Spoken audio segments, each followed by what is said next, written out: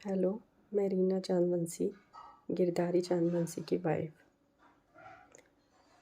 मेरा ये वीडियो बनाने का इंटेंशन इसलिए था आज। इससे पहले भी मैंने 1-2 वीडियो बनाया है और डाला है। उस पे जब मेरे वीडियोस मेरे ससुराल तक पहुंच रहे हैं तो वो मेरे बारे में इसके बाद क्या क्या बोल रहे हैं वो भी मुझे लोगों को क्लियर करना ज़रूरी है। मेरे ससुराल वालों को क्लियर करना ज़रूरी है कि वो किस भूल में जी रहे हैं। देखिए क्या होता है कि मेरे जैसी बहुत सारी महिलाएं प्रताड़ित हैं और वो क्या सोचती हैं कि चलो यार रहने दो, कौन आवाज़ उठाए, कौन क्या करे। मैंने भी जब शुरू शुरू में 2018 में जब मैं घर आई थी तब मैंने भी यही सोचा था और लगभग 3 साल तक मैंने कोई भी एक्शन नहीं लिया था। मैंने ये सोचा था कि 3 साल कैसे हुए वो भी बताना ज़रूरी है। जब मैं 2017 में 23 नवंबर को जब मेरी बेटी इस दुनिया में नहीं रही, पूरे 9वें महीने तक मैंने अपनी बेटी को अपने पास रखा पेट में। मैं प्रेग्नेंट थी 9वें महीने तक। उसके बाद में जैसा नॉर्मल डिलीवरी होती है वैसे ही मेरी भी डिलीवरी करवाई गई और बच्चा 3 दिन तक जो पेट में मरा था उसको डिलीवर किया गया। इतनी तकलीफ़ जैसी नॉर्मल महिलाओं को होती है बच्चे के समय, उनको तो एक आस रहती है कि चलो बच्चा होगा, ज़िंदा होगा तो उसके छोटे छोटे नन्हे नन्हे हाथ देखने को मिलेंगे, उसके पैर देखने को मिलेंगे, उसका मुंह किसके जैसे होगा ये देखने को मिलेगा। पर मेरे साथ तो ऐसा था कि मुझे डॉक्टरों की एक्टिविटीज़ से पहले ही पता हो गया था कि मेरा बच्चा नहीं है इस दुनिया में अब। और मैंने वही दर्द, मेरे पास मानसिक और शारीरिक दोनों दर्द थे। दोनों दर्द को मैं जब झेल रही थी तो मेरे ससुराल वाले और मेरा पति, इतने बड़े शातिर और षड्यंत्रकारी लोग मैंने इस दुनिया में नहीं देखे, जो सिर्फ दिखावा दिखावा करते और वहाँ भी सिर्फ दिखावा ही कर रहे थे। उन लोग को कोई फ़र्क ही नहीं पड़ रहा था कि मैं कैसे डिलीवरी होंगी, मैं कैसे क्या होगी, और ना ही मेरे पति को फ़र्क पड़ रहा था। वो तो हर जगह मैं फंस ना जाऊं करके मेरे पापा को आगे कर रहा था सिग्नेचर करने के लिए। फिर डॉक्टरों ने उनको डांटा कि बोले हस्बैंड कौन है। तो जब क्योंकि बच्ची पेट में ही ख़त्म हो गई थी तो उसको लगा मैं भी, क्योंकि उसी ने धक्का दिया था, उसको लगा मैं भी ना फंस जाऊं करके। तो मेरी एक फ्रेंड थी, स्टाफ नर्स थी वो उस समय वहाँ, जिससे इसने दूर करवा दिया था मेरे हस्बैंड ने, पर वो लकीली वहाँ पे थी और उसी ने सारा मेरे साथ दिया और मेरी डिलीवरी करवाई। और पूरी प्रोसेस वही थी, सब कुछ वही था। और जब बेबी हुआ तो वो तकलीफ़ का मैं बता ही नहीं सकती कैसी तकलीफ़ थी। मैं एकदम शून्य हो गई थी। क्योंकि एक बात मैं आप लोग से शेयर करूँगी, सब महिलाएं रिलेट करेगी इससे, जिन्होंने बच्चा दिया, बच्चा जन्म दिया है जिन्होंने बच्चे को। क्या होता है कि जब बच्चा ज़िंदा रहता है तो वो अंदर से बच्चा खुद टाइम कंप्लीट होने के लिए हो जाने पर पुश करता है बाहर आने के लिए। तो महिलाओं का आधा दर्द उसमें बढ़ जाता है कि आधा महिलाएं ट्राई करती है, आधा उसका बेबी ट्राई करता है बाहर आने के लिए। पर मेरे केस में ऐसा था कि सिस्टर ने मुझे पहले ही कह दिया था कि बेटा तुम्हें ही सब कुछ करना है, क्योंकि बच्चे का कोई मूवमेंट नहीं है। तो वो इनडायरेक्टली मुझे बताना चाह रही थी क्योंकि डायरेक्ट नहीं बता सकती थी। तो जब मैंने उसको समझ के और पूरा अपना वो पल में याद करती हूँ तो बता नहीं सकती, पर आज मैं थोड़ा सा प्रैक्टिकल हो गई हूँ, इसलिए मैं आज 2018 से अब जाके मैं इस काबिल हुई हूँ कि मैं अपनी सारी कहानी लोगों को बताऊँ और ख़ास तौर से इस घटिया मेरे ससुराल वाले लोगों की बातें बताऊँ। ये परिवार नॉर्मल होता तो मैं चलो छोड़ भी देती कि चलो यार नॉर्मल है, ज्ञानी है, इन्हें ज्ञान नहीं है। पर ये परिवार गायत्री परिवार के लोग जो समाज में क्या बोलते फिरते हैं कि हम बहुत ज्ञानी हैं, हमें तो साक्षात गुरुदेव और परब्रह्म ने इस दुनिया में भेजा है गुरुदेव का काम करने के लिए। अच्छा, गुरुदेव ये थोड़ी कहते हैं कि सबको झूठ बोलो, ताना मारो, जेलेसी रखो, सर्वे सर्वा बने रहो, होड़ करो कि हमसे कोई आगे ना चले जाए, कोई बहू अच्छी है तो उनको कैसे हमको नीचे करना है, ये थोड़ी कहते होंगे गुरुदेव। खैर मैंने तो नहीं पढ़ा है, मैं इतनी ज्ञानी तो नहीं हूँ इनके जैसे, पर मैं आज एक कोशिश कर रही हूँ लोगों की आंखें खोलने की वीडियो के माध्यम से, क्योंकि डिजिटल ज़माना है। हम हमारी बात लिख के तो अपने छपवा सकते ना, तो हम वीडियो के माध्यम से लोगों को बताएंगे कि कैसा परिवार है इस दुनिया में, कैसे कैसे परिवार है इस दुनिया में जो अपने आप को भगवान का चोला ओढ़ के जो अच्छे व्यक्ति बनने का कोशिश कर रहे हैं, और वो सोचते हैं कि हम इतने महान हैं कि हमको कोई एक्सपोज नहीं करेगा।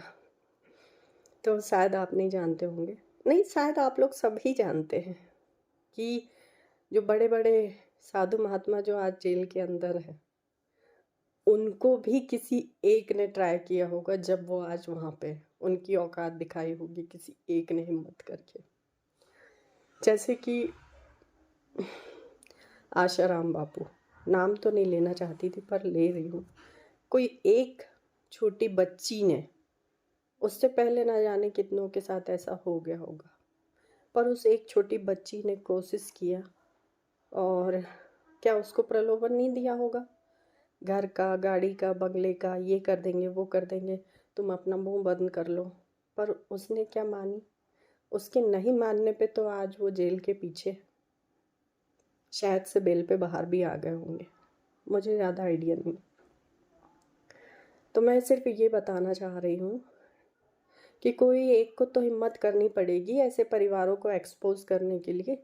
शायद उसमें से मैं एक हूँ, मैं इन लोगों को एक्सपोज करके रखूँगी और ये मैंने ठान लिया है। सबसे पहले मैं अपने परिवार का इंट्रो तो दे दूँ। सो कॉल्ड परिवार, गायत्री परिवार, छी बोल के भी शर्म आती है मुझे। तो ये लोग 5 भाई 2 बहन हैं, मेरे ससुराल वाले।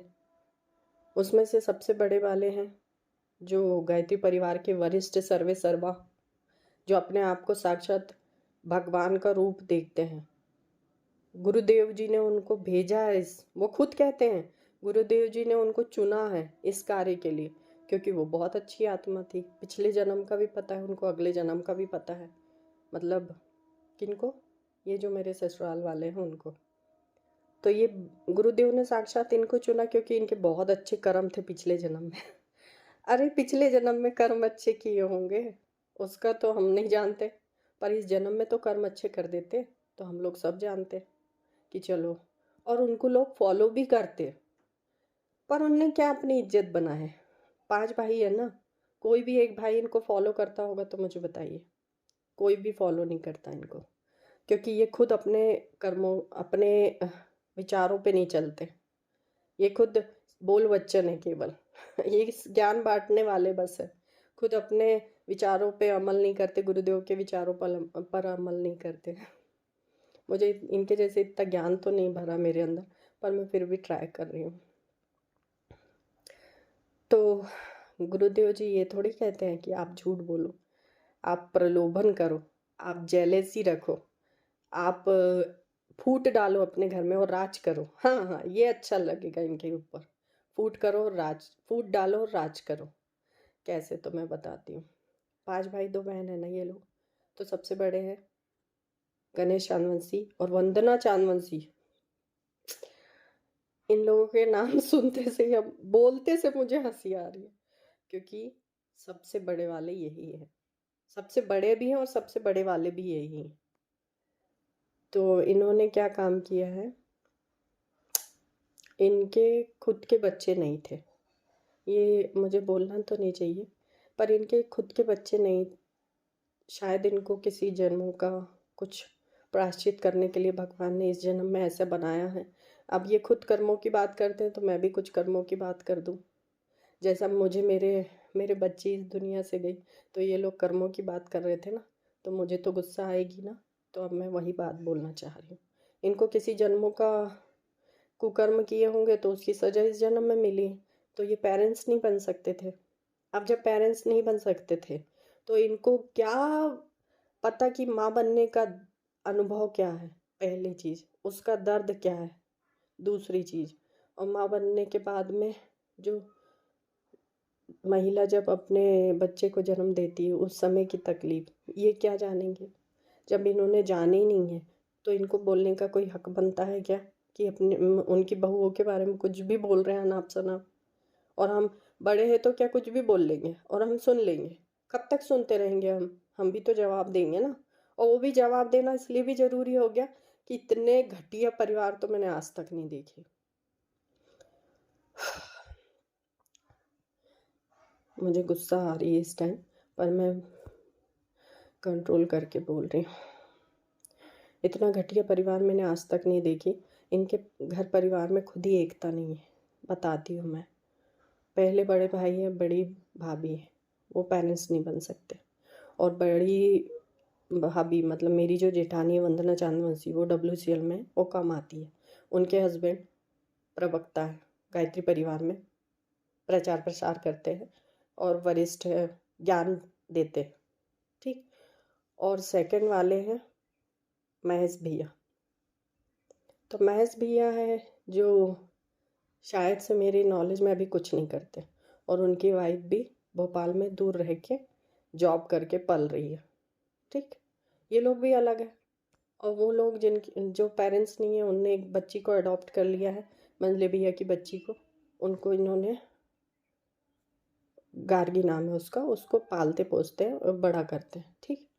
अब सेकंड वाले हैं, उनकी बच्ची को अडॉप्ट कर लिए, तो उनके साथ बहुत प्रताड़ना हुई, ख़ास तौर से मंजली दीदी जो मुझसे शेयर किया करती थी। खैर ये बोलना तो उचित नहीं है क्योंकि उनके पीछे बढ़ जाएंगे ये लोग हाथ धो के।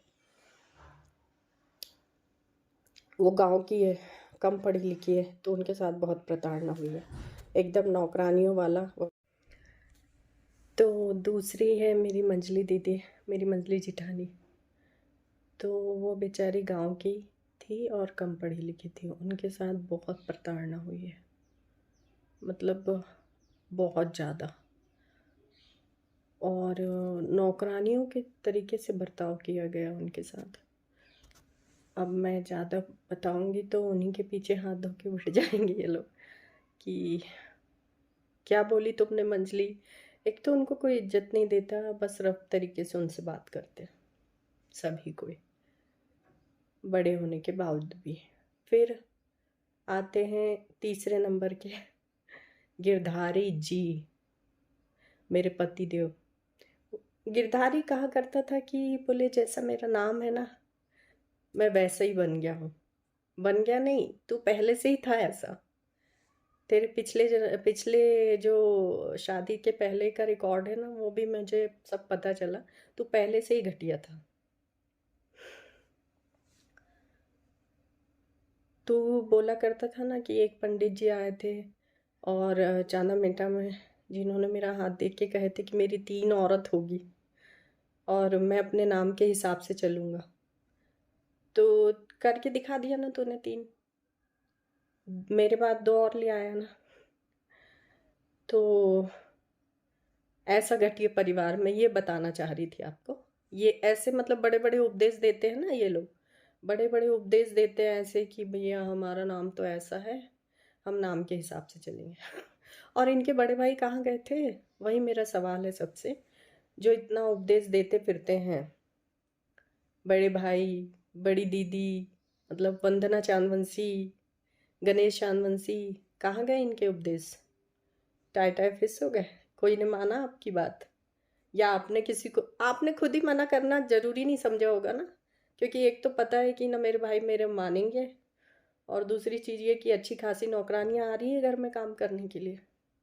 उनसे जो जो नौकरानियों की तरह काम करवाए थे वो भी उनने मुझे बताई।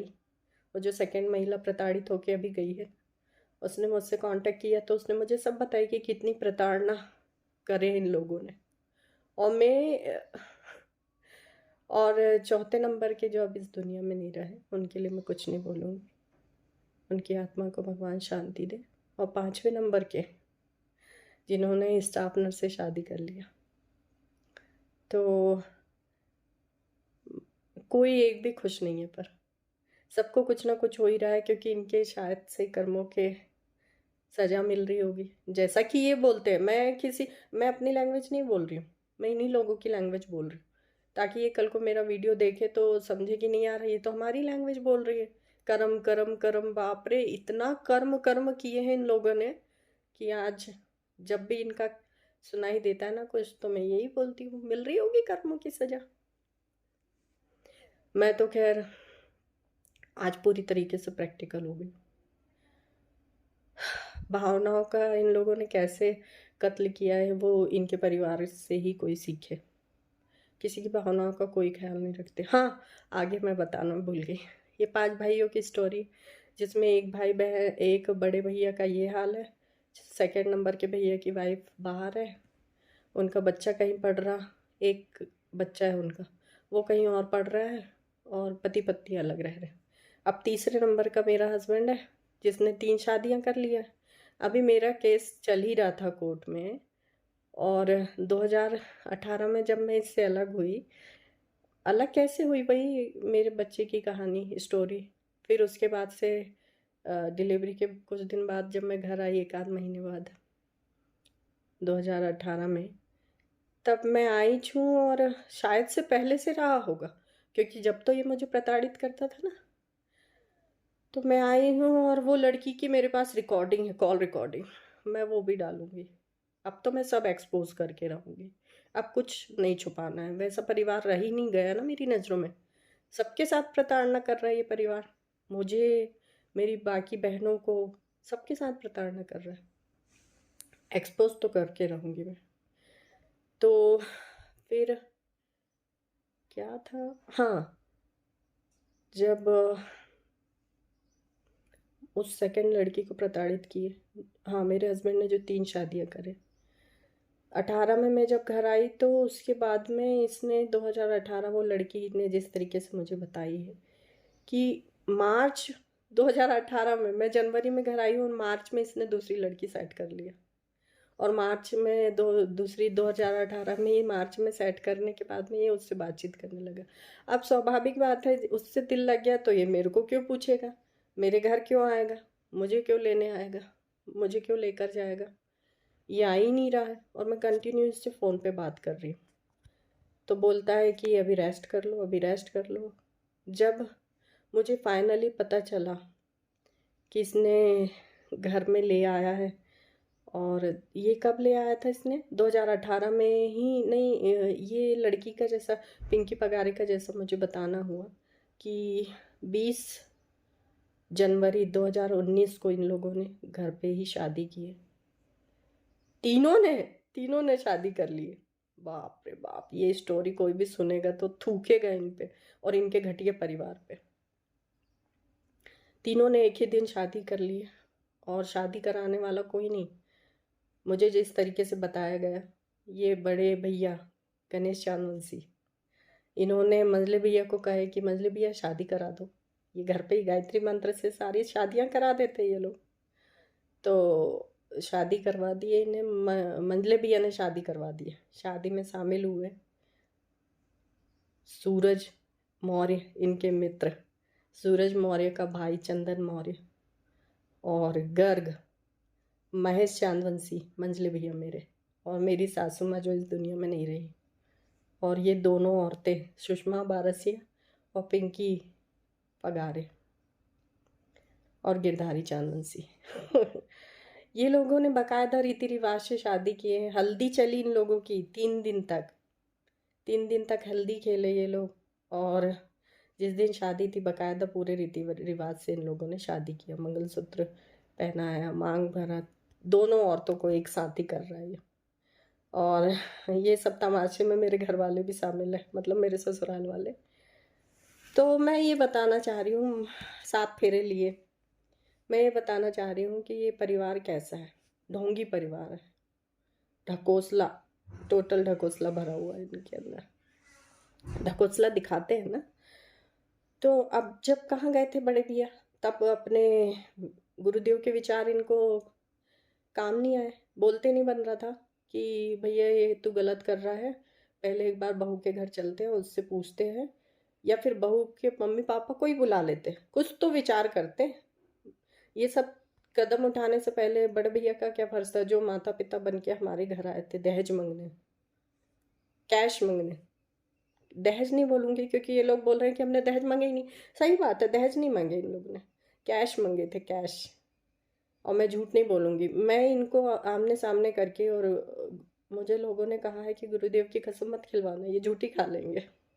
इनको खिलवाना एक दूसरे की कसम, मतलब पूर्णा दीदी, मतलब मेरी वंदना दीदी खाएगी मेरे बड़े भैया की कसम, और मेरे बड़े भैया खाएंगे मेरी वंदना दीदी की कसम, और बताएंगे कि इन लोगों ने कैश मांगे थे कि नहीं। ठीक है, अब कैश मांगे इन लोगों ने, तो तब क्यों नहीं समझा इन लोगों ने, जब पेरेंट्स बन के आए थे यहाँ की किसी की लड़की की ज़िंदगी क्यों बर्बाद करे। और तब जब वो अपने बेटी के गम से गुजर रही है और वो परेशानी से घर गई है, आप लोगों ने यहाँ फ़ोन करना ज़रूरी नहीं समझा, आना ज़रूरी नहीं समझा, मिलना ज़रूरी नहीं समझा, समझाना ज़रूरी नहीं समझा। मैंने ऐसी क्या गलती करी थी। खैर ये लोग तो वैसे है भी नहीं कि मैं अपनी गलती पूछूं, क्योंकि मैंने कोई गलती नहीं की थी। सारा इनका षड्यंत्र था जो मैं समझ चुकी थी। षड्यंत्र समझने के बाद मैंने जब आवाज़ उठाई तो मैं बुरी हो गई, जैसे कि मंजली दीदी बुरी हुई है, मैं बुरी हुई हूँ, लीना लीना बुरी हुई है। लीना मुझसे छोटी वाली, और लीना की छोटी बहन 5वें नंबर की, मुझे नहीं पता वो कितनी बुरी है, क्योंकि जॉब करती है ना, 2 लेडी इनके यहाँ जॉब करती है। एक वंदना चांदवंशी जो सर्वे सर्वा है, सो कॉल्ड, और एक है 5वें नंबर की। ये दोनों जॉब करती है, ये कुछ भी करे, कुछ भी गलत करे, इन लोगों को कोई कुछ नहीं बोल सकता। पैसा बोलता है ना, क्योंकि पैसा फेंक देती है, फेंकती भी नहीं है, पैसे का घमंड दिखाती है। चलो खैर, जाने दो, ये वाली बात है। तो मैं ये बताना चाह रही थी कि फिर शादी कर देते हैं इन लोगों की बढ़िया। फिर क्या होता है, 2019 में कोविड आ जाता है, जब मुझे पता चलता है कि इन्होंने शादी कर लिया, तब कोविड आ जाता है। फिर कोविड के बाद में मैं कोई एक्शन ले भी नहीं सकती थी। फिर उसके बाद में 2020, जब कोविड थोड़ा थोड़ा कंट्रोल हुआ, तब 2020 में मैंने जब एक्शन लिया, तो शिवपुरी से ये लोग क्वार्टर में बढ़िया रह रहे थे। जो क्वार्टर मैंने अपने बच्चे के लिए बनाई थी, मेरे मम्मी पापा से पैसे मांग के मैंने वो क्वार्टर बनाई थी, पूरा कंप्लीट करी थी, पूरा 9 महीने काम चल रहा था उसमें, मैं प्रेग्नेंट थी जब तक। तो वो क्वार्टर, अब देखो इंसान का तो नहीं, पर मैं भगवान को ज़रूर मानती हूँ। उन भगवान ने जो इनको कर्मों की सज़ा दी है वो सुनिएगा। वो क्वार्टर जब मैंने बनाई, कंप्लीट करी, और आखिरी समय में जब मेरे साथ ऐसा हो गया, इसने मुझे वो क्वार्टर से निकाल दिया। मैंने अपने पापा के मम्मी के पैसे लगाए, मैंने मेहनत करी, क्वार्टर से निकाल दिया। अब जब क्वार्टर से निकाला, और ये लोग मस्त शादी करके वो क्वार्टर में रह रहे हैं 2 साल तक, 19-20, और 2 साल तक बहुत बढ़िया चलता रहा इनको, सब कुछ सही चलता रहा, बढ़िया, एक दूसरे से प्यार हो गया, साथ पे सो रहे हैं तीनों के तीनों। बाप रे बाप, अश्लीलता की चरम सीमा पार कर दिए थे। और पिंकी पगाने ने तो मुझे पता नहीं क्या क्या बताई, मतलब कि वो देख रही है और सब कुछ अश्लीलता चल रही है। बाप रे बाप, छी, ऐसा घिनौने परिवार है। जो मैं हकीकत कोई तो बताएगा ना, मैं बता रही हूँ, और मुझे क्या कर सकते ये लोग, करके दिखा दे फिर, ठीक है। तो जब ये चला, उसके बाद में जब पुलिस केस हुआ, तो तब से मेरा ये, अच्छा चतरा देखो कितना है, ये चूतिया समझता है कि हाँ, तो मैं उस टाइम चूतिया ही थी ना, मतलब मैं टोटली अनएजुकेटेड हो गई थी। पढ़े लिखे होने के बावजूद भी मैं पढ़ी लिखी नहीं थी, क्योंकि इसने मुझे टोटल गंवार बना दिया। तो 5 साल में जब इसके साथ रही तो गंवारों जैसा बना दिया, और मैंने इसको टोटल सुधार दी थी एकदम। अंडरग्राउंड जाता था तो सरफेस के लिए इसके पीछे हाथ धो के पड़ी रही, मेहनत करवाई क्लर्क में। जब इसका हुआ, जब सरफेस में निकल गया, तब इसने मेरे साथ ये सब किया, कुकर्म। अब भगवान का कर्म देखिए कि वो क्वार्टर आज खंडर जैसी पड़ी है, जो मैंने बनवाई थी। क्योंकि वहाँ जब पुलिस जब इन्हें ढूंढने लगी तो ये लोग वहाँ से तीनों के तीनों भाग गए। अब तीनों के तीनों भाग के यहाँ मुँह छुपा रहे, कहीं वहाँ मुँह छुपा रहे, मुझसे छुपते फिर रहे ये लोग। तो वो क्वार्टर आज भी खंडर है, टूट गई है। वहाँ अतिक्रमण हुआ था अभी रोड बनने के लिए, तो वो टोटल सामने का गेट टूट गया, सब कुछ टूट गया। मुझे तो भगवान के न्याय पे भरोसा है ना, और भगवान न्याय दे रहा है ना मुझे। फिर उसके बाद में क्या हुआ कि ये लोग भागे भागे फिर रहे यहाँ वहाँ, फिर कहीं चांदा मेटा में रहे। माँ चांदा मेटा में रह रही पिंकी पगारे, बच्चे को परासिया में कर दिए। परासिया में इसकी बहन है ना दुर्गा आम्रवंशी, बड़ी बहन, तो वो बच्चे से बाप रे ऐसा काम करवाते थे। छोटे छोटे बच्चे थे बेचारे, बहुत छोटे थे, और इतना काम करवाते थे। वो खड़े से बर्तन फेंक देते थे, बर्तन अच्छे से साफ करो। मतलब नौकर नौकरानी लेके आए हैं ये लोग। माँ कहीं और नौकरानी बनी बेचारी काम कर रही है, बच्चे कहीं और कर रहे हैं। छी, ऐसे घटिया परिवार पे पैसे फेंक के, इतने घमंड है तो पैसे फेंक के नौकरानी ले आना चाहिए था ना। किस लिए दूसरी लड़कियों की लाइफ खराब की ये लोग। मैं तो लड़ूंगी, मैं नहीं छोड़ूंगी, मैं लड़ूंगी। कोई औरत मेरा साथ दे या ना दे, मैं तो लड़ूंगी इस परिवार के लिए, क्योंकि मैं औरों के जैसे नहीं हूँ। जैसे जैसे ये इनने मुझे बताई पिंकी पगारन, मुझे और ज़्यादा गुस्सा आता गया। जी, मेरा नाम पिंकी पगारे है। मैं रहने छत्तीसगढ़ से हूँ और मेरी शादी गिरधारी चांदवंशी से 2019 में हुई थी। 2019 से लेकर 2024 तक मैं उनके साथ में थी, लेकिन उसके बाद मेरे साथ गलत हुआ। मेरे रहते हुए किसी और लड़की के रिलेशन में आए जिसका नाम सुषमा बारसिया है, तुमली की निवासी है रहने वाली, जिसको मुझे बताया गया कि वो कॉलेज पढ़ती थी। उसके बाद हम लोग के साथ ही में रह रही थी वो, लेकिन उन दोनों ने मिलकर मेरे साथ बहुत बड़ा गेम खेले। मेरे बच्चों के साथ भी प्रताड़ना की, जो लड़की मारपीट भी करती थी मेरे बच्चों के साथ। मेरे साथ भी बहुत हाथापाई हुई उसकी, और दोनों ने मिलकर मेरे साथ धोखा किया और मुझे घर से निकाल दिए, जिसमें मुझे दुर्ग तक मुझे छोड़ के आया गया। अब जब मैं यहाँ आके मुझे पता करी कि लोग रह कहाँ रहे, तो मुझे पता चला कि उन दोनों पति पत्नी के रूप में रह रहे हैं। तो मैं यही चाहती हूँ कि उन दोनों को सज़ा मिल सके, खासकर सुषमा बारसिया को। और मैं इंसाफ के लिए आवाज़ उठाई हूँ, जिससे मैं छिंदवाड़ा पुलिस वाले लोग के पास भी गई थी, एसपी के पास गई हूँ, थाना प्रभारी के पास भी गई हूँ, कोतवाली थाना भी गई, शिवपुरी के थाने में भी गई हूँ, यहाँ तक मैं परासी थाने भी गई हूँ, लेकिन मेरी सुनवाई नहीं हो रही। 1.5 महीने से मैं परेशान हो रही हूँ। आप मेरी डिटेल भी दे सकते हैं, मैं इतने सारे आवेदन दे चुकी हूँ सभी, जिसमें अभी तक मेरी कोई भी कार्रवाई नहीं हुई है। आज तक की डेट में अभी तक मैं बैठी हुई हूँ, लेकिन मैं चाहती हूँ मुझे इंसाफ मिलना चाहिए। आज मुझे गलत साबित कर दिया जा रहा है, लेकिन मैं गलत नहीं हूँ। अगर मैं 5 साल रह चुकी हूँ तो मेरी इसमें क्या गलती है जो मुझे आज इस तरीके से मुझे बदनाम किया जा रहा है, और मुझे सभी चीज़ों से मुझे पहचानने से आज इनकार कर दिया जा रहा है। ये न्याय के लिए आप कब से परेशान हो रहे हैं? मैं 1.5 महीने से परेशान हो रही हूँ। आवेदन मैंने सभी जगह दे चुकी हूँ, लेकिन आज तक कोई भी कार्रवाई नहीं हो रही है। अच्छा, आप क्या चाह रहे हो? मैं चाह रही हूँ कि गुनहगार सुषमा बारसिया, उसको सज़ा मिल सके, और उसके चलते मेरे पति ने आज मुझे छोड़ दिए हैं, उनके खिलाफ भी कार्रवाई। आपका नाम? मेरा नाम पिंकी पगारे है। मैं अभी छत्तीसगढ़ में रह रही हूँ कि मुझे वहाँ छोड़ दिया गया। आज मैं रोजी मजदूरी पे आ गई हूँ कि आज मेरे पास कुछ भी नहीं है। मेरे बच्चों को, दोनों मेरी बेटियाँ हैं, जिसका नाम रुचि नाम है, एक का श्रुति नाम है। उनका भरण पोषण मैं खुद कर रही हूँ। मेरी आर्थिक स्थिति भी ठीक नहीं है।